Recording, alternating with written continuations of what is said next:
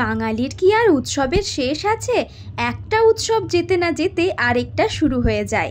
সেই উৎসব মানেই তো খাওয়া দাওয়া, আবার অন্যদিকে খাওয়া দাওয়া মানেই উৎসব।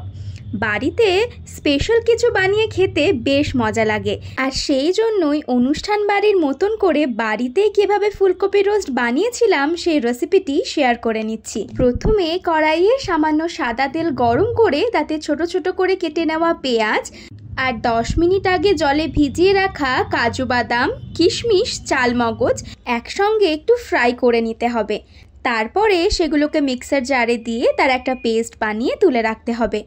এর পরের ধাপে আবারও সেই কড়াইতে কিছুটা সাদা তেল এবং সেই সঙ্গে 1 থেকে 2 চামচ মতন ঘি দিয়ে ছোট ছোট করে কেটে গরম জলে ভাপিয়ে রাখা ফুলকপিগুলোকে সামান্য একটু ভেজে নিতে হবে।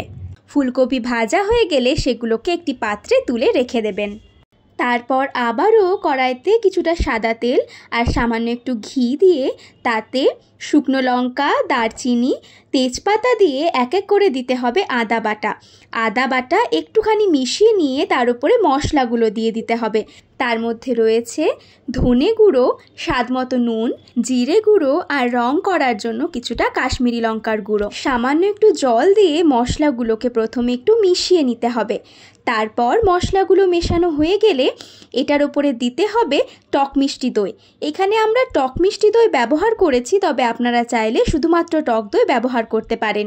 তারপরে বেটে নেওয়া সেই মশলাটাকে এর উপরে দিতে হবে এবং সেই সঙ্গে সামান্য একটু জল দিয়ে আবারও সব কিছুকে খুব ভালো করে মিশিয়ে নিতে হবে।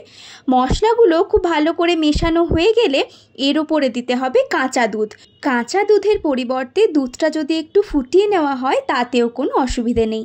এরপরে গ্রেভিটা যখন ফুটতে শুরু করবে এবং দুধের গন্ধটা যখন চলে যাবে তখন ভেজে রাখা ফুলকপিগুলোকে এর ওপরে দিয়ে দেবেন। আস্তে আস্তে যখন ফুলকপিটা একদম সেদ্ধ হয়ে আসবে তখন দেখবেন গ্রেভিটাও মাখো মাখো হয়ে গেছে। সবশেষে উপর থেকে একটু গরম মশলার গুঁড়ো ছড়িয়ে দিলেই ফুলকপির রোস্ট একদম তৈরি। তাহলে আপনারাও বাড়িতে বানিয়ে ফেলুন একবার এই রেসিপিটি।